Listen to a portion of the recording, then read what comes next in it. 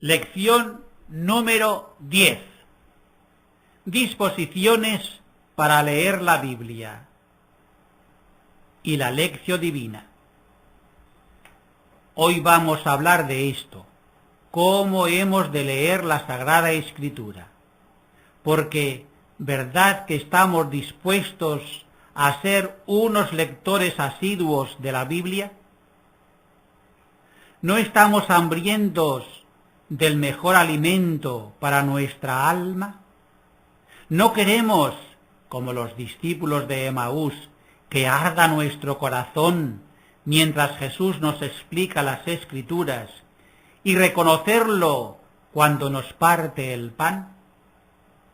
Entonces, ¿con qué disposiciones vamos a leer la Biblia? ¿Queremos entregarnos a la lectura divina? ¿Sabe, Padre Luis, que quisiéramos proponerle algo? Estamos entre amigos, por favor. Propongan lo que quieran. Aunque estamos muy interesados en las lecciones sobre la Biblia, lecciones verdaderas de las que consta cualquier curso científico, tratándose de un curso de Biblia como el nuestro, creemos muy oportuno que nos dé una clase expresa sobre los sentimientos que deben animarnos al estudiar la Sagrada Escritura, porque la Biblia no es lo mismo que las matemáticas. Javi, pues no te expresas mal al emplear la palabra sentimientos con que hay que estudiar y leer la Biblia. Y ante este deseo, más que una lección, les quiero hacer una exhortación sobre las disposiciones con que hay que leer las Sagradas Escrituras. Me parece muy bien la idea. El día que iniciamos el curso, nos dijo usted, y nosotros tomamos la sugerencia suya muy en serio, que en adelante todos nos iban a encontrar con la Biblia en la mano. ¿Qué sacaríamos de leerla de manera rutinaria? Veo muy conveniente eso de indicarnos las disposiciones que debemos tener en el corazón mientras el libro está en la mano. Así planteada la cosa por ustedes mismos, no les quiero decir hoy cómo vamos a estudiar la Biblia en nuestro curso, sino cómo vamos a leer la Biblia de aquí en adelante, a lo largo de toda nuestra vida. Porque si estudiamos la Biblia es para saber leerla, a fin de que la palabra de Dios sea la vida de nuestra vida. Bien, eso hará que la Biblia nos forme hijos piadosos de Dios y no sabios precisamente, que nos haga como Jesús, en quien se ve a lo largo de todo el Evangelio que derrochaba una piedad inigualable con su Padre. ¿Atino, Padre Luis? Demasiado que atinas. La charla de hoy no va a buscar otro fin. ¿Cómo hemos de leer la Biblia para tener los mismos sentimientos que el Señor Jesús? Entonces, me permito sugerirle las primeras preguntas. ¿Cuáles deben ser nuestras disposiciones a leer la Sagrada Biblia? ¿Podemos leerla como otro libro cualquiera, por bueno que sea, o debemos hacerlo de manera muy diferente? Partimos de la base de que la Biblia tiene por autor principal, como último responsable de todo el escrito, al mismo Dios, que nos ha dejado su palabra con amor y para ganarse nuestro amor. Es lo que nos ha dicho el concilio con dos textos ya famosos y tan repetidos. ¿Nos lo puede dictar? Los tengo bien a mano. El primero, en los libros sagrados, el Padre, que está en los cielos, sale amorosamente al encuentro de sus hijos para conversar con ellos. Y el segundo, Dios invisible, movido de amor, habla a los hombres como a amigos, trata con ellos para invitarlos y recibirlos en su compañía. Es esto tan claro que me atrevo a quitarle la palabra, Padre Luis. Los dos primeros sentimientos con que vamos a tomar la Biblia en nuestras manos son la fe y el amor. Me gusta que discurran así, Javier. En esas dos palabras tuyas, creo que has resumido todo lo que podemos decir hoy. Todo lo demás no será sino consecuencia de lo que encierra y es la quinta esencia del Evangelio, el meollo de todo lo que nos enseñó Jesucristo. Al querer leer la Sagrada Escritura, tengamos fe y amor. No creo que nos falten ni la fe ni el amor. De esto estoy convencida. Así es, tienen fe y amor. Pero han de avivar continuamente estos sentimientos. Fe en la palabra de Dios. Fe porque sabemos que quien nos va a hablar es el mismo Dios. Fe porque nos vamos a encontrar con Dios, aunque no lo veamos cara a cara. Amor porque a un Dios que se nos hace en contradicto con amor, solo se le puede corresponder y tratar con amor. Muy interesante se presenta eso de la fe y el amor. Empecemos por la fe. ¿Cómo avivamos la fe al tomar la Biblia en la mano? ¿Cómo sabemos que es Dios quien nos habla y qué es lo que pretende con ello? Nos vamos a basar en unas palabras de la misma Sagrada Escritura, que citamos continuamente. Toda Escritura es inspirada por Dios y útil para enseñar, para arguir, para corregir y para educar en la justicia. Así, el hombre de Dios se encuentra perfecto y preparado para toda obra buena. Es lo que vimos en aquella lección sobre la inspiración. Si lo que leemos está inspirado por Dios, esa lectura es de la palabra de Dios. Entonces es Dios mismo quien nos habla. Jesús mismo utilizó la Escritura para rechazar al tentador y mantenerse firme en su fidelidad al Padre. Al demonio, que utilizaba torcidamente y con mal fin la Escritura, le responde con energía y sin apelación posible: no sólo de pan vive el hombre, sino de toda palabra que sale de la boca de Dios. No tentarás al Señor tu Dios. Está escrito: adorarás al Señor tu Dios y sólo a Él darás culto. ¿Dónde estaba la fuerza de la argumentación o razonamiento tanto de Pablo como del mismo Jesús? En esto, en afirmar que la Biblia es palabra de Dios. Por lo mismo, es Dios personalmente quien nos habla. ¿Y cómo avivamos el amor? Al leer la Biblia, ¿es tan fácil fomentar el amor como el creer que la Biblia es palabra de Dios? Tan fácil es una cosa como la otra.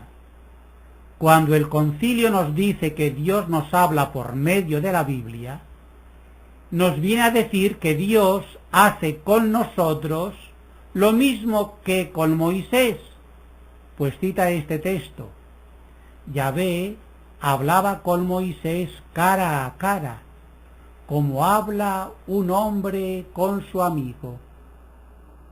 Y añade después las palabras de Jesús: yo les llamo amigos, porque todo lo que he oído a mi Padre se lo he dado a conocer.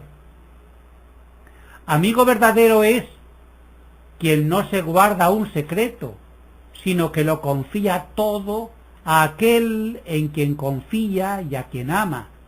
A mí me hace pensar sin más en los dos de Emaús. Y a mí igual, ni que se tratara de telepatía. Pues no son los dos, sino que somos tres los que estábamos pensando en lo mismo. El Dios que nos habla con amor suscita también amor cuando nos habla. Clásico entre todos ese texto de los de Emaús. ¿No estaba ardiendo nuestro corazón dentro de nosotros cuando nos hablaba en el camino y nos explicaba las Escrituras? ¿Y en qué fundamentaría eso de que Dios suscita el amor con su palabra escrita? En el hecho de que Dios está encarnado en las Escrituras, conforme al texto célebre que trae también el concilio. El profeta habla del camino que Dios enseñó a Jacob y añade: después apareció en la tierra y convivió entre los hombres. Cualquiera diría que habla, adelantándose a Juan, de la encarnación del Hijo de Dios en el seno de María.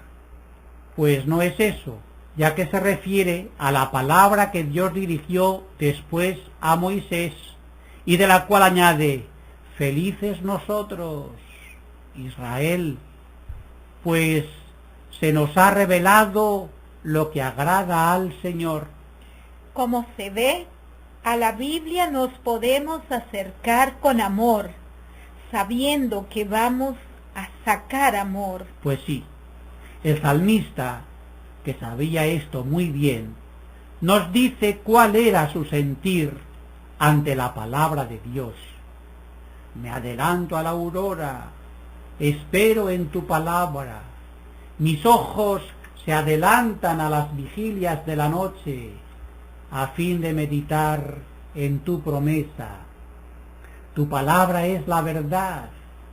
Aspiro a guardar tus dictámenes, los amo sobremanera. Tu ley hace mis delicias.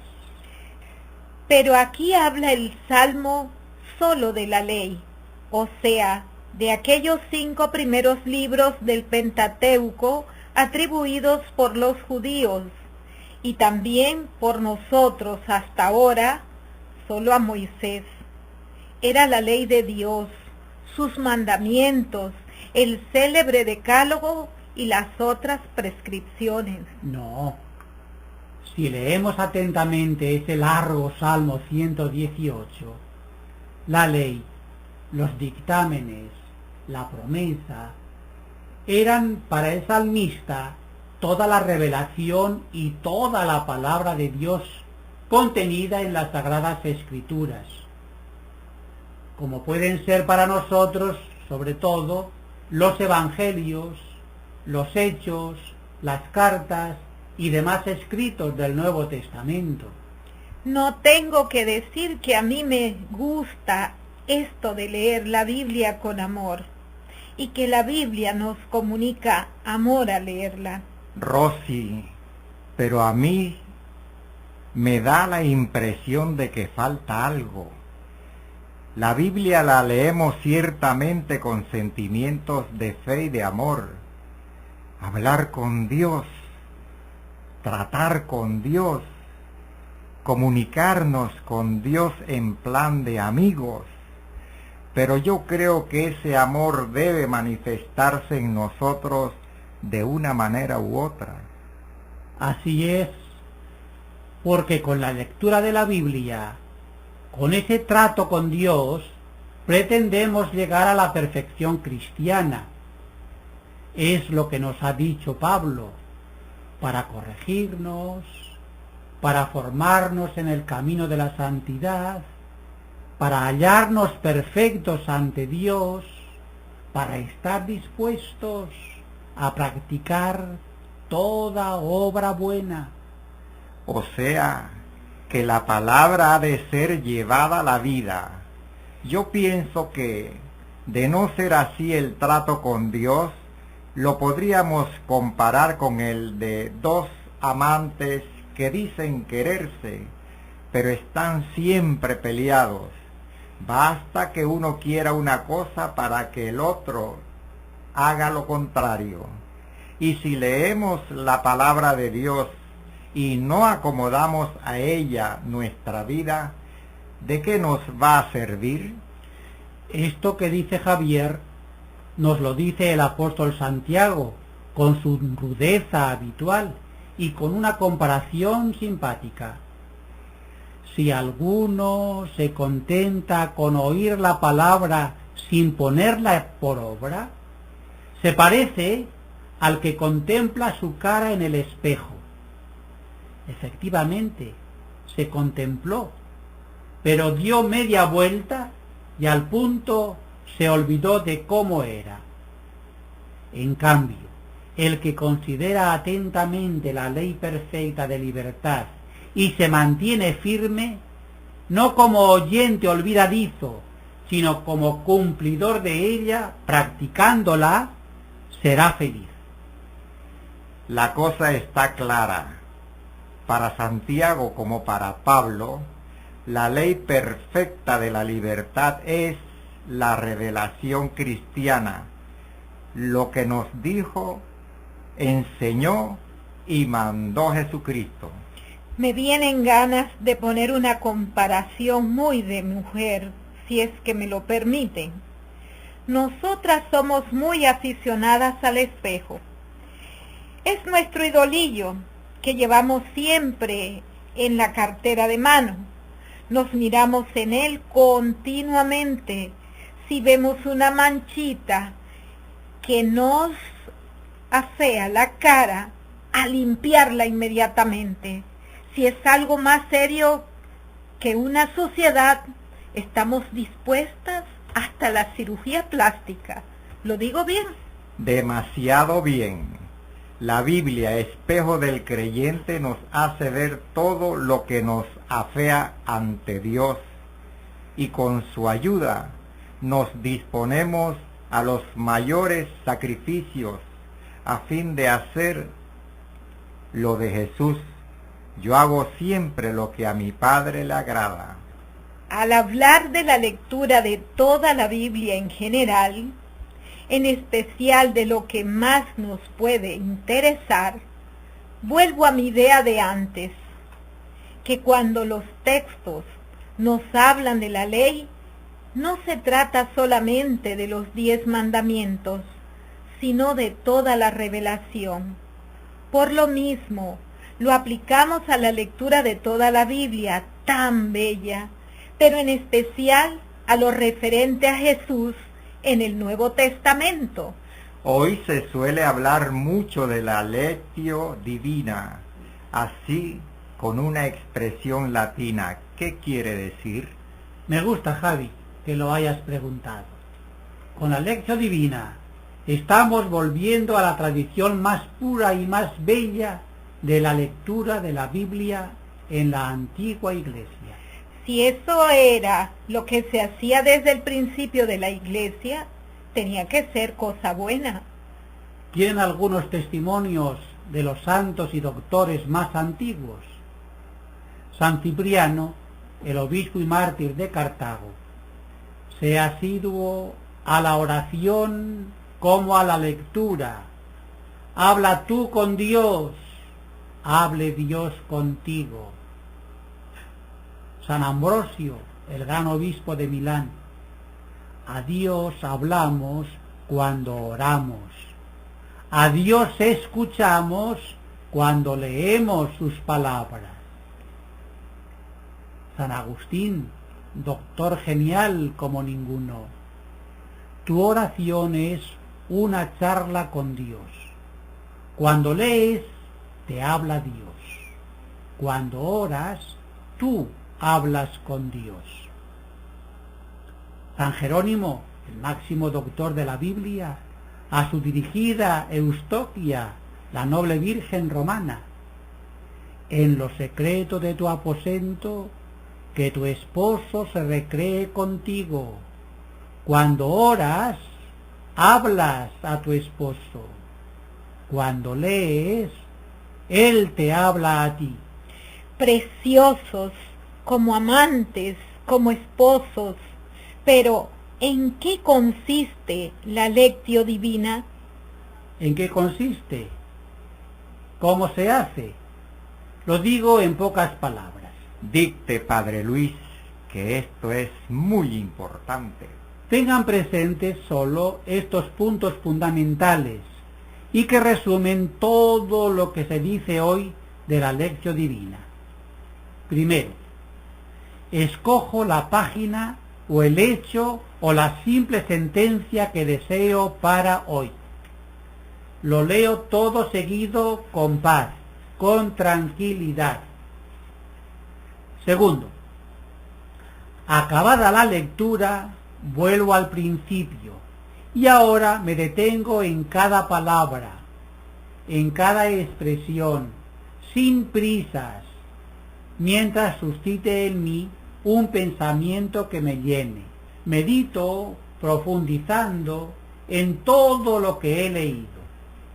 Tercero, viene lo más importante. Escucho a Dios y le hablo. Dialogamos los dos. Es conocimiento que yo adquiero de Dios y es conocimiento de la voluntad de Dios sobre mí. Es examen como el mirarme en el espejo para ver cómo vivo yo eso que Dios me enseña y me pide. Es el pedirle a Dios con confianza. Si es así, la lectura de la Biblia se convierte en la oración más bella, más profunda, más provechosa. ¿Es este el resumen de la lección de hoy? Esto de la lectio divina es el mejor resumen de esta exhortación u orientación de hoy. Pero la repito en puntos como cada día. Leemos la Biblia con estas disposiciones o sentimientos. Primero, ante todo fe, mucha fe.